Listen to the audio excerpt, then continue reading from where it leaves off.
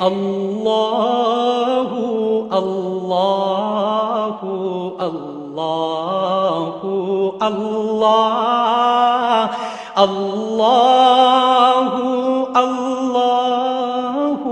اللہ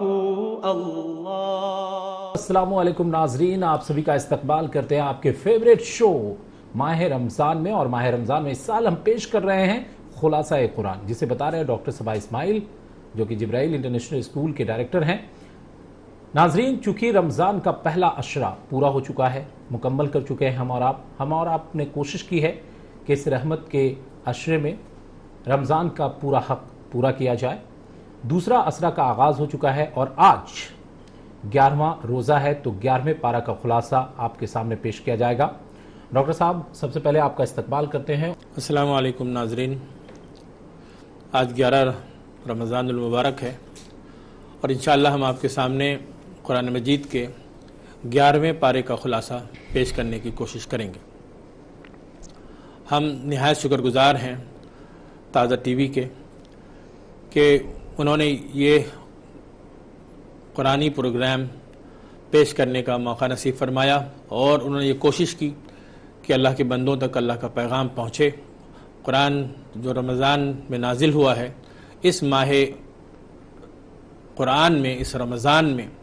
اللہ کے بندوں تک قرآن پاک کا خلاصہ پیش ہو، ان کو بتایا جائے قرآن کے بارے میں۔ یہ ہماری کوشش چل رہی ہے، ہم امید کرتے ہیں کہ انشاءاللہ آپ اس سے فائدہ اٹھا رہے ہوں گے۔ ایک خاص بات جس کی طرف آپ کی توجہ مبذول کرانا چاہتا ہوں وہ یہ ہے کہ جو کچھ بھی خلاصہ کی شکل میں پیش کیا جا رہا ہے وہ یقینی طور پر بہت مختصر ہے اور بہت ساری تفصیلات ہیں جو قرآن پاک کے اندر موجود ہیں۔ بہترین بات یہی ہوگی کہ ہر روز جس طرح ایک پارے کا خلاصہ پیش کیا جا رہا ہے، ایک پارے کی تلاوت بھی کریں آپ اور ایک پارے کا ترجمہ بھی پڑھیں۔ تب آپ اس کو جب خلاصہ سنیں گے تو انشاءاللہ یہ اور زیادہ مفید ہوگا، آپ کی معلومات میں اضافہ ہوگا اور اللہ کے پیغام کو آپ بہتر طور پر سمجھ پائیں گے۔ 11ویں پارے کی شروعات ہوتی ہے قرآن پاک کی اس آیت کریمہ سے۔ اعوذ باللہ من الشیطان الرجیم، بسم اللہ الرحمن الرحیم۔ یعتذرون الیکم اذا رجعتم الیہم قل لا تعتذروا لن نؤمن لکم قد نبأنا اللہ من اخبارکم۔ معزز ناظرین، یہ سورہ توبہ کی آخری آیتیں ہیں، آخری حصہ ہے سورہ توبہ کا، جو 11ویں پارے کے شروع میں آیا ہے۔ اللہ تبارک و تعالیٰ نے یہاں، اور یہ مدنی صورت ہے جیسا کہ آپ جانتے ہیں، منافقین کا احوال بہت تفصیل سے آیا ہے یہاں، اور یہ جو منافقین تھے یہ قسم قسم کا عذر پیش کرتے تھے، بہانہ پیش کرتے تھے، اللہ نے اس کا ذکر فرمایا ہے۔ اور ایک بات بتائی ہے کہ نفاق اور اخلاص یہ وہ چیزیں ہیں جس کی حقیقت صرف اللہ جانتا ہے۔ دلوں کا حال، نفاق دل سے تعلق رکھتا ہے، اخلاص یہ بھی دل سے تعلق رکھتا ہے۔ کون کتنا مخلص ہے، کتنا سچا ہے اور کتنا مخلص نہیں ہے، یہ بات اللہ بہتر جانتا ہے۔ اسی لیے جو ظاہری فیصلہ ہوتا ہے وہ ظاہری عمل کے مطابق ہوتا ہے اور اسی سے اندازہ لگایا جاتا ہے، اور ہر انسان کو کوشش کرنی چاہیے کہ وہ خالص ہو ایمان میں، اور اللہ تبارک و تعالیٰ بہرحال اس کے دل کی حقیقت کو جانتا ہے، تو دل بہت صاف رکھنا چاہیے۔ اللہ تبارک و تعالیٰ نے یہاں 11ویں پارے کے شروع میں ایک بات بیان فرمائی ہے، والسابقون الاولون من المہاجرین والانصار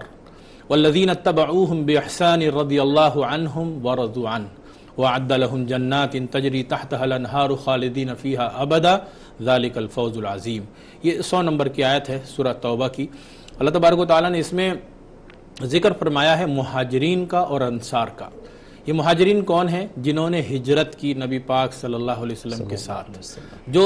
آئے مکہ سے مدینے کی طرف، ان کو مہاجر کہا جاتا ہے۔ مہاجرین تھے وہ جنہوں نے اللہ کے نام پہ ہجرت کی تھی، اپنا گھر بار چھوڑا تھا اور سب کچھ چھوڑ کر نبی پاک صلی اللہ علیہ وسلم کے ساتھ دین کی خاطر مدینہ تشریف لائے تھے۔ اور مدینے میں کچھ لوگ تھے جنہوں نے نصرت کی تھی، مدد کی تھی، اللہ تعالیٰ نے ان کو انصار فرمایا، اور اللہ نے کہا کہ اللہ تعالیٰ ان مہاجرین سے، ان انصار سے بہت خوش ہوا جنہوں نے اللہ کے دین کے لیے خدمت کی،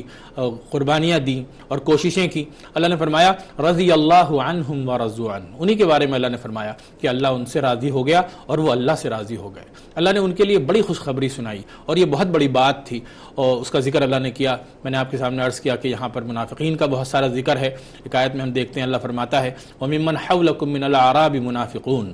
ومن أهل المدينة مرضوا على النفاق لا تعلمهم نحن نعلمهم سنعذبهم مرتين ثم يردون إلى عذاب عظيم۔ قرآن پاک نازل ہو رہا تھا نبی پاک صلی اللہ علیہ وسلم کے اوپر، اور اللہ تعالیٰ ساری باتیں ان کو بتا رہا تھا، اور جو ان کے حالات تھے ان کے متعلق آیتیں نازل ہو رہی تھیں۔ تو یہاں جو مدینے میں اور اس کے اطراف میں جو منافقین کی ایک تعداد تھی، اللہ تعالیٰ نے ان کا ذکر فرمایا اور کہا کہ ہم ان کو جانتے ہیں، جو لوگ بھی دین کے ساتھ کھلواڑ کرنے کی کوشش کر رہے ہیں یا نفاق کا مظاہرہ کر رہے ہیں، تو ان کے دل کا حال مجھے معلوم ہے، اور ان کے ساتھ کیا کرنا ہے وہ بھی مجھے معلوم ہے۔ اللہ تبارک و تعالیٰ نے فرمایا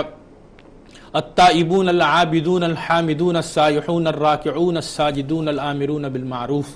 والناہون عن المنکر والحافظون لحدود اللہ وبشر المؤمنین، کہ ان لوگوں کے لیے بشارت ہے جو لگاتار عبادات میں مصروف رہتے ہیں۔ اللہ تعالیٰ نے کچھ صفتوں کا ذکر کیا ہے اچھے لوگوں کا۔ اللہ نے فرمایا کہ وہ توبہ کرنے والے ہیں، وہ عبادت کرنے والے ہیں، وہ خدا کی حمد بیان کرنے والے ہیں، وہ روزہ رکھنے والے، وہ خدا کی راہ میں محنت کرنے والے، وہ کوشش کرنے والے ہیں، اور نماز پڑھنے والے ہیں، اور نیکی کا حکم دینے والے، اور برائیوں سے روکنے والے ہیں، اور خود بھی اللہ کے حدود کا خیال رکھنے والے ہیں۔ کوئی کام ایسا نہیں کرتے جس سے اللہ ناراض ہو جائے۔ یہاں دیکھیں کئی صفتیں بیان ہوئی ہیں۔ ایک تو توبہ، کہ انسان کو پہلے تو توبہ کرنا ہوتا ہے کہ اپنی ہر برائی سے توبہ کرے، پھر عبادت، اللہ نے کہا کہ عبادت کرتے ہیں، اور پھر اس کے بعد کہا حمد کرتے ہیں۔ عبادت کے بعد حمد کا اس لیے فوراً ذکر آیا ہے، ہم دیکھتے ہیں کہ اللہ تعالیٰ کو حمد بہت پسند ہے، اور حمد بہت اہم چیز ہے، تعریف، خدا کا شکر۔ انسان جب خدا کے پاس جاتا ہے اور اس حوالے سے آگے بڑھتا ہے تو اس وقت یہ ہوتا ہے کہ انسان اللہ کا شکر ادا کرتا ہے اور اس کا شکر گزار ہوتا ہے، اور پھر نماز پڑھتا ہے، اچھے کام کرتا ہے۔ یہیں پر اللہ تبارک و تعالیٰ نے وہ آیت بھی بیان فرمائی ہے، یا ایھا الذین آمنوا اتقوا اللہ وکونوا مع الصادقین، کہ اے ایمان والو اللہ کا تقوی اختیار کرو اور نیک لوگوں کے ساتھ رہو، اچھی صحبت اختیار کرو۔ بروں کے ساتھ رہو گے تو برا کام کرو گے، اچھوں کے ساتھ رہو گے تو اچھائی کی توفیق ملے گی۔ یہ بھی کہا اللہ تعالیٰ نے ولا ينفقون نفقۃ صغیرۃ ولا کبیرۃ ولا یقطعون وادیا الا کتب لهم لیجزیهم اللہ، کہ اللہ تبارک و تعالیٰ کے راہ میں اٹھائے جانے والے جتنے قدم ہیں، چھوٹا ہو یا بڑا، اللہ تعالیٰ ہر عمل کا جو اجر ہے وہ پورا انسان کو دیتا ہے۔ یہیں پر وہ بات بھی آئی ہے قرآن، اس کے اخیر میں ہم دیکھتے ہیں کہ اللہ تبارک و تعالیٰ نے نبی پاک صلی اللہ علیہ وسلم کے حوالے سے ایک بہت اہم بات بیان فرمائی اور کہا لقد جاءکم رسول من انفسکم عزیز علیہ ما عنتم حریص علیکم بالمؤمنین رؤوف الرحیم، کہ اللہ کے نبی صلی اللہ علیہ وسلم اپنے ساتھیوں کے لیے بہت فکر مند ہیں، اور انسانوں کا ان کو بہت خیال رہتا ہے۔ کوئی دکھ پہنچے تو وہ بہت دکھی ہوتے ہیں اور چاہتے ہیں کہ ان کو اچھائیاں ملے، اور بہت نرم دل ہیں، بہت مہربان ہیں، اپنے ساتھیوں کے ساتھ بہت اچھا معاملہ کرتے ہیں، کبھی بھی سختی سے کام نہیں لیتے۔ اور آخری بات اللہ تعالیٰ نے فرمائی فَإِن تَوَلَّوْا فَقُلْ حَسْبِيَ اللَّهُ لَا إِلَٰهَ إِلَّا هُوَ عَلَيْهِ تَوَكَّلْتُ وَهُوَ رَبُّ الْعَرْشِ الْعَظِيمِ، کہ اے نبی پاک صلی اللہ علیہ وسلم اگر کوئی آپ کی بات نہ مانے تو آپ کہہ دیجئے کہ میرے لیے میرا خدا کافی ہے، میں نے اسی پر بھروسہ کیا ہے اور وہ عرش عظیم کا مالک۔ بسم اللہ الرحمن الرحیم، الف لام را تلک آیات الکتاب الحکیم۔ 11ویں پارے کے اس چھٹے رکوع سے سورہ یونس کا آغاز ہوتا ہے۔ یہ مکی سورہ ہے اور اس میں 11 رکوع ہیں۔ اللہ تعالیٰ اس میں فرماتا ہے یہ محکم اور پر حکمت کتاب کی آیتیں ہیں، جو کتاب اللہ تبارک و تعالیٰ نے تمہارے سامنے اتاری ہے۔ یہ اللہ کی کتاب ہے، اس کے اندر حکمت کی باتیں ہیں۔ اللہ تعالیٰ نے اس کو بہترین طریقے سے تمہارے لیے اتارا ہے تاکہ تم کو وہ سیدھی راہ دکھائے۔ اللہ تبارک و تعالیٰ ارشاد فرماتا ہے هو الذی جعل الشمس ضیاء والقمر نورا وقدرہ منازل لتعلموا عدد السنین والحساب ما خلق اللہ ذلک الا بالحق یفصل الآیات لقوم یعلمون۔ اللہ فرماتا ہے کہ وہی ہے جس نے سورج کو چمکتا ہوا بنایا ہے اور چاند کو روشن بنایا ہے اور اس کی منزلیں مقرر کر دی، تو وہ ہر بار ہر مہینے گھوم کر آتا ہے اور تم کو نئے مہینے کا پتہ بتاتا ہے۔ سورج کو چمکتا ہوا بنایا اور چاند کو روشن بنایا، یہ ایک ایسی حقیقت ہے جو ایک سائنٹیفک حقیقت بھی ہے، آج بھی دنیا دیکھ رہی ہے کہ سورج کی اپنی روشنی ہے اور چاند کی اپنی روشنی نہیں ہے، وہ سورج کی روشنی سے روشن ہے۔ تو اللہ تبارک و تعالیٰ نے اب سے 1400 سال پہلے اس حقیقت کا یہاں قرآن پاک میں ذکر فرمایا، کیونکہ جو کچھ دنیا میں ہے وہ اللہ کا بنایا ہوا ہے اور اللہ سب جانتا ہے جو کچھ ہے۔ اسی لیے آپ دیکھیں گے اللہ کے کلام میں کہیں بھی کوئی بھی ایسی بات آپ کو نہیں دکھے گی جو صحیح نہ ہو۔ اللہ نے اس کا دعویٰ بار بار کیا ہے اور یہ خود اس بات کا اعلان کرتی ہیں کہ یہ اللہ کا کلام ہے اور اللہ نے اپنے بندوں کے لیے اس کو اتارا ہے تاکہ اللہ کے بندے اس سے فائدہ اٹھائیں۔ اور معزز حاضرین، یہیں سے یہ بات بھی سمجھ آتی ہے کہ اللہ تبارک و تعالیٰ نے انسان کو تلقین کی ہے کہ وہ ہر طرح کا علم حاصل کریں، اور آسمان میں اور زمین میں اللہ تبارک و تعالیٰ نے فرمایا یفصل الآیات لقوم یعلمون، کہ اللہ تعالیٰ نے تفصیل سے بیان کیا ہے حکمت کی باتوں کو اور کام کی باتوں کو۔ تو انسان کو علم و معرفت میں آگے بڑھنا چاہیے، فکر کرنا چاہیے، کائنات میں غور و فکر کرنا چاہیے۔ وہ جب دنیا کی حقیقت پر غور کرے گا تو وہ خدا تک پہنچے گا، اور ہر علم خدا کا علم ہے۔ کوئی علم ایسا نہیں ہے کہ کوئی علم انسان سیکھے تو اس کو ثواب ملے گا، اور دوسرا علم بعض لوگ ایسا سمجھتے ہیں کہ جو دنیاوی علوم ہیں، جو سائنس کے مضامین ہیں، جو پھر کامرس کے مضامین ہیں، جو اور بایولوجی ہے، سوشالوجی ہے، زولوجی ہے، اور ساری چیزیں جو انسان، سائیکولوجی ہے جو انسان پڑھتا ہے، یہ سارے علوم اللہ کے ہیں، اور جس علم کو بھی انسان حاصل کرتا ہے ایمان کے ساتھ، یقین کے ساتھ، اللہ تعالیٰ اس کو ثواب دیتا ہے اور اس میں برکت دیتا ہے۔ اللہ تبارک و تعالیٰ نے یہاں ارشاد فرمایا ان الذین لا یرجون لقاءنا ورضوا بالحیات الدنیا واطمأنوا بها والذین هم عن آیاتنا غافلون، کہ جو لوگ دنیاوی زندگی میں مگن ہیں ان کو خدا سے ملاقات کی امید نہیں ہے۔ قرآن بار بار انسان کو تاکید کرتا ہے کہ دیکھو، بھول مت جانا کہ یہی دنیا سب کچھ ہے، تم اس دنیا میں ہو ضرور مگر ایک مقصد ہے تمہارا، اللہ نے تم کو ایک مقصد کے تحت اتارا ہے، اس مقصد کو یاد رکھو، زندگی گزر جائے گی، وہ مقصد ساتھ ساتھ چلتا رہے گا، اور ایک نتیجے تک جب تم پہنچو گے تو ہونا یہ چاہیے کہ تم کامیابی کے ساتھ آگے بڑھو۔ اللہ تعالیٰ نے ایک اور حقیقت کا ذکر فرمایا انسانی زندگی کا، اللہ فرماتا ہے وَإِذَا مَسَّ الْإِنسَانَ الضُّرُّ دَعَانَا لِجَنبِهِ أَوْ قَاعِدًا أَوْ قَائِمًا فَلَمَّا كَشَفْنَا عَنْهُ ضُرَّهُ مَرَّ كَأَن لَّمْ يَدْعُنَا إِلَىٰ ضُرٍّ مَّسَّهُ كَذَٰلِكَ زُيِّنَ لِلْمُسْرِفِينَ مَا كَانُوا يَعْمَلُونَ۔ اللہ فرماتا ہے کہ جب انسان کو تکلیف پہنچتی ہے تو وہ ہم کو پکارتا ہے، لیٹ کے پکارتا ہے، بیٹھ کے پکارتا ہے، کھڑے ہو کے پکارتا ہے، ہر طرح سے خدا کو یاد کرتا ہے اور خدا کا نام لیتا ہے، لیکن جب ہم اس کی تکلیف کو دور کر دیتے ہیں تو وہ پھر بھول جاتا ہے ہم کو۔ تو یہ دنیا کی زندگی میں وہ لوگ مگن ہو جاتے ہیں جو خدا کی باتوں پر توجہ نہیں دیتے اور خدا کو بھول جاتے ہیں اور اسراف کرنے والے لوگ ہیں۔ اللہ نے فرمایا ایسا نہ کرو کہ ہر حال میں اللہ کو یاد کرو، خوشی میں بھی اللہ کو یاد کرو، صرف دکھ میں خدا کو مت یاد کرو۔ جب خوشی کے موقع پہ خدا کو یاد کرو گے، خدا کا شکر ادا کرو گے تو اللہ تعالیٰ تمہاری خوشی کو باقی رکھے گا۔ خوشیاں اس لیے بھی بعض دفعہ جلدی چلی جاتی ہیں کہ انسان خدا کو بھول جاتا ہے، مصیبت آتی ہے تو انسان خدا کو یاد کرتا ہے، وہ ایک رحمت ہوتی ہے اپنے آپ میں کہ ایک مصیبت آئی، ایک تکلیف ہوئی، ایک درد ہوا اور اس نے خدا کو پکارا۔ اللہ تبارک و تعالیٰ نے ایک اور حقیقت یہاں بیان فرمائی ہے وَمَا كَانَ النَّاسُ إِلَّا أُمَّةً وَاحِدَةً فَاخْتَلَفُوا وَلَوْلَا كَلِمَةٌ سَبَقَتْ مِن رَّبِّكَ لَقُضِيَ بَيْنَهُمْ فِيمَا فِيهِ يَخْتَلِفُونَ۔ اللہ فرماتا ہے کہ تم جو دیکھتے ہو دنیا میں مختلف مذہب کے لوگ ہیں، مختلف مذاہب کے ماننے والے ہیں، تو یہ اللہ کی مرضی ہے۔ اللہ تعالیٰ چاہتا ہے کہ انسان اپنے اپنے طور پر سوچے، اپنے اپنے طور پر سمجھے اور آگے بڑھے۔ اللہ نے کوئی زبردستی نہیں کی ہے دین کے معاملے میں، اللہ نے کہا کوئی زبردستی نہیں ہے کہ ہر انسان کو ایک دین پہ آنا ہے۔ اللہ بس دین کی حقیقت اللہ تبارک و تعالیٰ نے بیان کر دی ہے، اور اللہ تبارک و تعالیٰ نے فرمایا کہ ہم نے پہلے کہہ دیا تھا کہ ہم زبردستی نہیں کریں گے، یہ دنیا زبردستی کرنے کے لیے نہیں ہے، یہ تو امتحان کی جگہ ہے، یہ آزادی اللہ نے خود دی ہے آزادی، اس آزادی کو کوئی چھین نہیں سکتا۔ کوئی کسی کے ساتھ دین کے معاملے میں زبردستی کرے اللہ کو بالکل پسند نہیں ہے۔ اللہ بس اتنا کہتا ہے کہ آپ اپنی ذمہ داری پوری کریں، اللہ کا پیغام پہنچا دیں۔ وَمَا عَلَيْكَ إِلَّا الْبَلَاغُ وَمَا عَلَيْنَا إِلَّا الْبَلَاغُ۔ قرآن پاک میں بار بار کہا گیا کہ انسان کا کام یہ ہے، اچھے آدمی کا کام یہ ہے کہ وہ اچھی بات دوسروں کو بتا دے، ماننا نہ ماننا، کرنا نہ کرنا، یہ اس کی زندگی کا اپنا عمل ہے، اپنا فعل ہے۔ اللہ تبارک و تعالیٰ نے فرمایا وَإِذَا أَذَقْنَا النَّاسَ رَحْمَةً مِّن بَعْدِ ضَرَّاءَ مَسَّتْهُمْ إِذَا لَهُم مَّكْرٌ فِي آيَاتِنَا قُلِ اللَّهُ أَسْرَعُ مَكْرًا إِنَّ رُسُلَنَا يَكْتُبُونَ مَا تَمْكُرُونَ۔ اللہ فرماتا ہے کہ ہمارے رسول ہیں، ہمارے نمائندے ہیں جو تمہارے ہر عمل کو ریکارڈ کرتے ہیں۔ ہمیشہ یاد رکھو، یہ مت سوچو کہ تم کو کوئی دیکھ نہیں رہا ہے، تم کچھ بھی کر لو، کرتے چلے جاؤ گے، ایسا ممکن نہیں ہے۔ تم کو ہر کام کے کرتے وقت یہ دھیان رکھنا چاہیے کہ اللہ دیکھ رہا ہے، اس کے فرشتے تمہارے کام کو ریکارڈ کر رہے ہیں۔ اور آج تو زمانہ بھی ہمارا ایسا ہے، جگہ جگہ ٹی وی لگی ہوتی ہے اور کام ریکارڈ ہوتے ہیں، اللہ کا بھی کیمرہ لگا ہوا ہے، اللہ بھی اپنے بندوں کے اعمال کو ریکارڈ کر رہا ہے۔ اللہ نے فرمایا للذین احسنوا الحسنى وزیادہ ولا يرهق وجوہہم قتر ولا ذلہ، کہ نیک لوگ جب کوئی نیک کام کرتے ہیں اللہ تعالیٰ ان کو ان کی نیکی کا پورا صلہ ضرور دیتا ہے۔ اللہ نے فرمایا اس کے علاوہ بھی وہ ان کو دے گا تو اور تھوڑا زیادہ، وہ زیادہ ایکسٹرا دے گا، مطلب جو حق ہے وہ تو ملے گا اور اللہ تبارک و تعالیٰ کی طرف سے ملے گا، یہ اللہ کا بڑا احسان ہے۔ یہاں آخر میں اللہ تبارک و تعالیٰ نے ایک بات بیان فرمائی ام یقولون افتراہ قل فأتوا بسورۃ مثلہ، لوگوں کو کیا یہ لگتا ہے کہ قرآن اللہ کا کلام نہیں ہے؟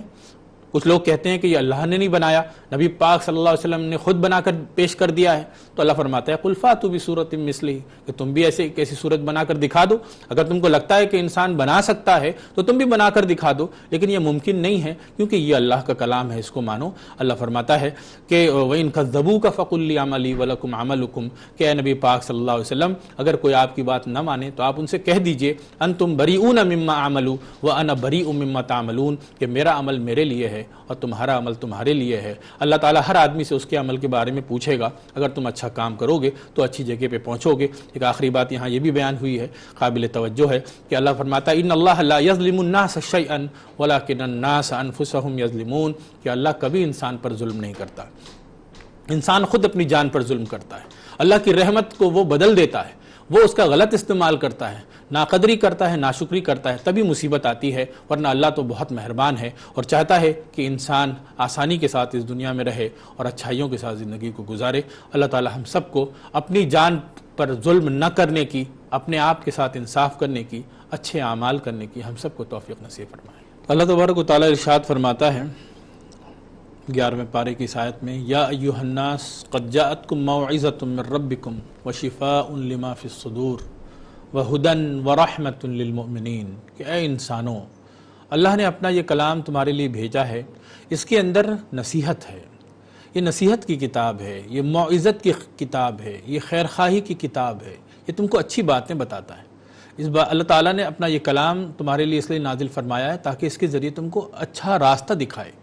اور اللہ نے فرمایا یہ شفاء لما فی الصدور، اس کے اندر شفا ہے۔ سینوں کے اندر جو بیماریاں ہوتی ہیں، بہت سی بیماریاں، کچھ بیماریاں دل میں ہوتی ہیں، کچھ بیماریاں جسم میں ہوتی ہیں۔ جو دلوں کی بیماریاں ہیں، کینہ، نفاق، حسد، غیبت انسان کرتا ہے، بہتان لگاتا ہے اور